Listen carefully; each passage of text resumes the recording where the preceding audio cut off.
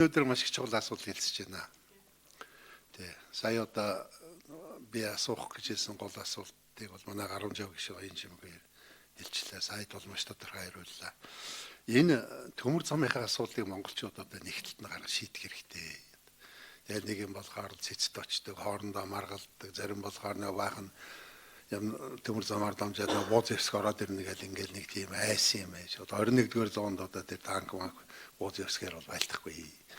Тэм учраас бол энэ гол асуудлуудаа бид нэр ерөөсө тойрч сууж агаад ярих хэрэгтэй. Бид нэр тойрч сууж ерөөсө ярьж чадахгүй байгаа шүү дээ. Гадны хүн хэлсэн шүү дээ. Яг та нарт бол одоо байгалийн маялгийн их потенциал байна. Монгол хүний одоо оюун ухаан мундаг сайн байна. Хамгийн гол асуудлаа тойрч сууж байгаа ярьж одоо шийдэл гаргаж чадахгүй ба. Энэ л одоо хөгжил гацаа болж байна. За миний мэдхийн одоо энэ арчил зах зээлийн нийгэм шилжсэнээс хойш л одоо энэ төмөр замын царгийн асуудал, төмөр зам тойрсон асуудал ингээл яваад байгаа. Энийг Монголын төр бол нэг талд нь гаргаж шийдэх юм шаардлагатай. Сая одоо сайд ярьж шүү дээ. Одоо 3 сая доллар үстэй тийм ээ. 3 сая доллараар тавих энэ зүйлийг монголчууд 1 сая 1.2 сая орчим доллар 1 саяас 1.2 сая доллар багтааж хийж шүү дээ. Тэгэд энэ мөнгө маань одоо Монголд үлдчихэж шүү дээ. Цэргийн ангиуд хийж 51 туслах компаниуд оролцож байна.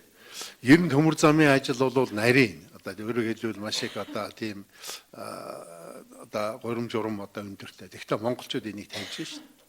Тэр стратегийн том ордуудаа төшөглүүлээд энэ төмөр замын хөгжил баримталтаа тусгацсан энэ юугаа одоо бид нар энэ жилийн төлөвлөгөөнд тусгаад энийг хэрэгжүүлэх шаардлагатай. Одоо өөрөөр хэлбэл 2020 оны одоо мөнгөний бодлого төсөв одоо бид нар ингээд ярилцсан. Дараагийн парламент бол энийг авч хэлсэн. Энэ дээрээ бол жилд нь сайхан тусгаад ингээд явах хэрэгтэй. Манай Монголын төмөр замч одоо барих чадал байна. Улаанбаатар төмөр замын хувьд ч одоо барих одоо чадал одоо тэр боломжууд нь байна. Мэргэжлийн маш их сайн одоо тийм багууд бол энэ ондор бүтээн байгуул сурсан.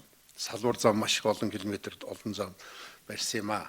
Тэгээ саядын хувьд бол яг энд бол тэр өргөн нарийн дээр бол хамгийн гол нь бол тэр эдийн засгийн үр ашигын асуудал байгаа юм л да.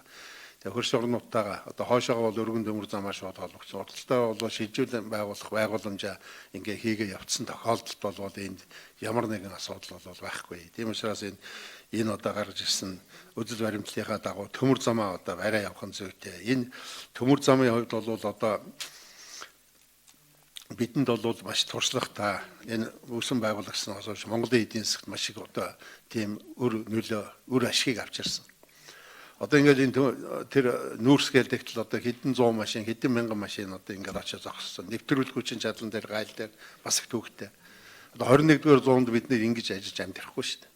Энэ төмөр замаа тавьчих юм бол энэ чинь одоо тэр 80 сая тонн нүүрсийг бол гаргах боломжтой юм байл шүү дээ. Би ч одоо жилжингээ үзээд 40 сая тонн нүүрс гаргаж чадахгүй байгаа шүү дээ. Тэр их олон машин, тэр одоо олон шатгуун, агаарын бохирдол, тэр замын асуудал тэр их олон түр шатхуун шатааж байгаа гэдэг ингээд аюулгүй үргүү зардал гарч байгаа. Энэ нэг шийдэх арга зам бол төмөр зам байгаа. Тийм учраас бол би энэ төмөр замын бүтээн байгуулалтын ажлыг бол дэмжиж байна. За одоо яах вэ?